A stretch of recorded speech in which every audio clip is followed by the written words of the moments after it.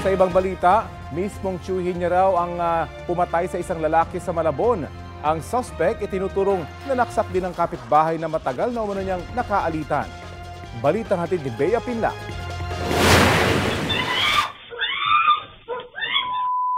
Nabulabog ang mga residente ng Barangay Tonsuya, Malabon nitong Miyerkules nang magkagulo sa isang bahay doon. Dinig mula sa loob ng bahay ang sunod-sunod na sigaw na humihingi ng saklolo.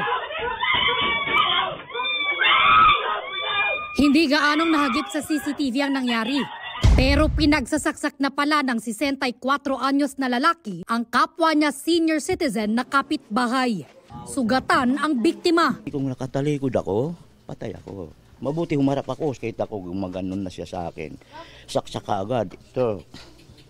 Nasalo ko man. Nagwasiwas na sa akin yan.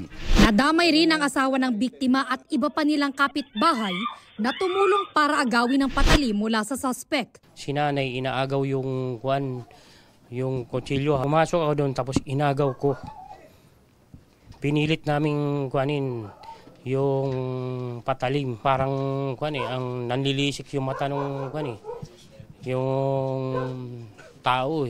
Ayon sa biktima, matagal nang galit sa kanya ang suspect. Mga 5 taon, linater ko yan kasi binabantaan ako, manigurado ako. Kasi salita ng salita yun sa taas, sa akin ang laban. Hindi ko alam kung anong bakit ano.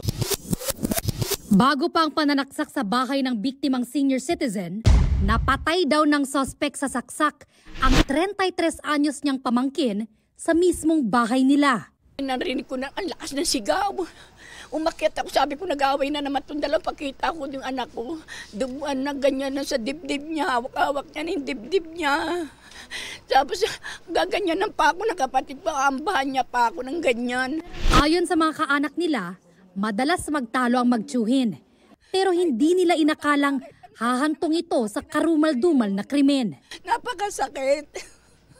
Napakasakit ang ginawa niya. Talagang dapat magbayaran niya yun. Dati na pong marami na siyang kaso pero hindi lang nabubunyag. Kasi takot nga si mama baka mapatay kami lahat. Hindi lang adik sa labas ang pwedeng pumatay sa atin. Pwedeng sa loob ng bahay. Yun lang po. Tito ko pa po. Naaresto kalaunan ng suspect.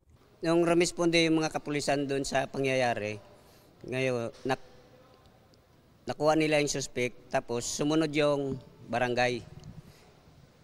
No, sinecured yung lugar para wala nang magugulo.